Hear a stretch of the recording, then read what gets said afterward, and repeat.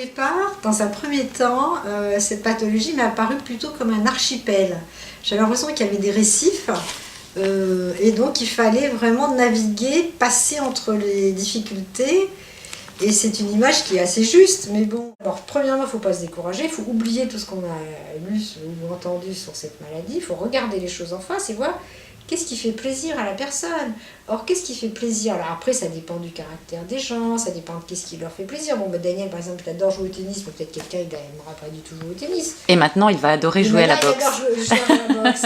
Bon, mais il peut très bien adorer autre chose, avoir envie de faire autre chose.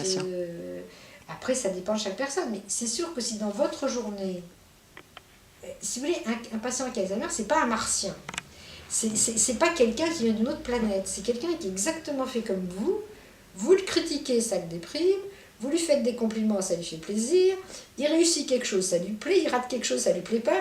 Ça, c'est des bases du comportement humain. Donc, elles sont là. Le plus important, c'est de faire confiance à ce que l'on ressent dans les rapports avec les autres personnes.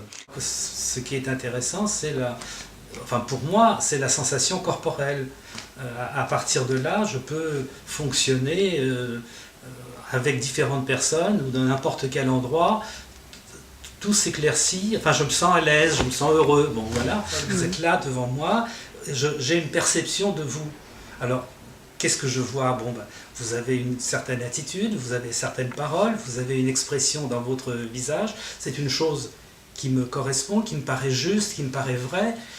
Et à ce moment-là, vous êtes la bienvenue. Je suis heureux d'être avec vous. Si au contraire, on m'impose de faire quelque chose, etc., qui ne me convient pas, je ne me sens pas bien et ça ne m'intéresse plus.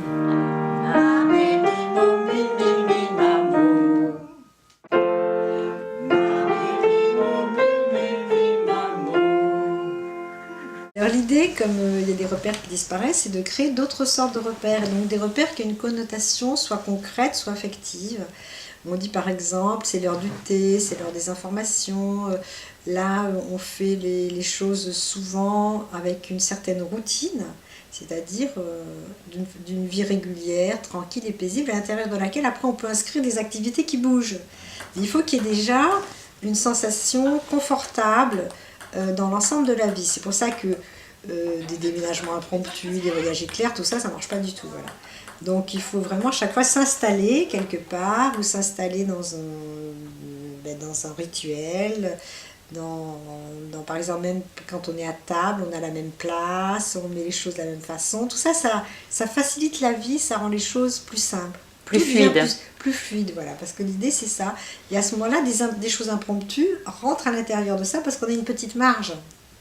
Alors que si on est déjà dans une vie un peu compliquée, le moindre impromptu, tout est coincé. Alors nous, on rit énormément. Parce que c'est ça qui permet d'adoucir tous les stress qu'on ne peut pas contrôler. Parce qu'il y a plein de choses qui se passent, qui sont stressantes. Et on n'y peut rien, donc il faut bien la bonne humeur, ça fait tout passer. Et la bonne humeur, ça c'est très important. Voilà. Et du coup, la bonne humeur, ça se partage. Voilà. Et donc Daniel, des fois, il fait rire, je dis, mais en fait, t'es un vrai clown.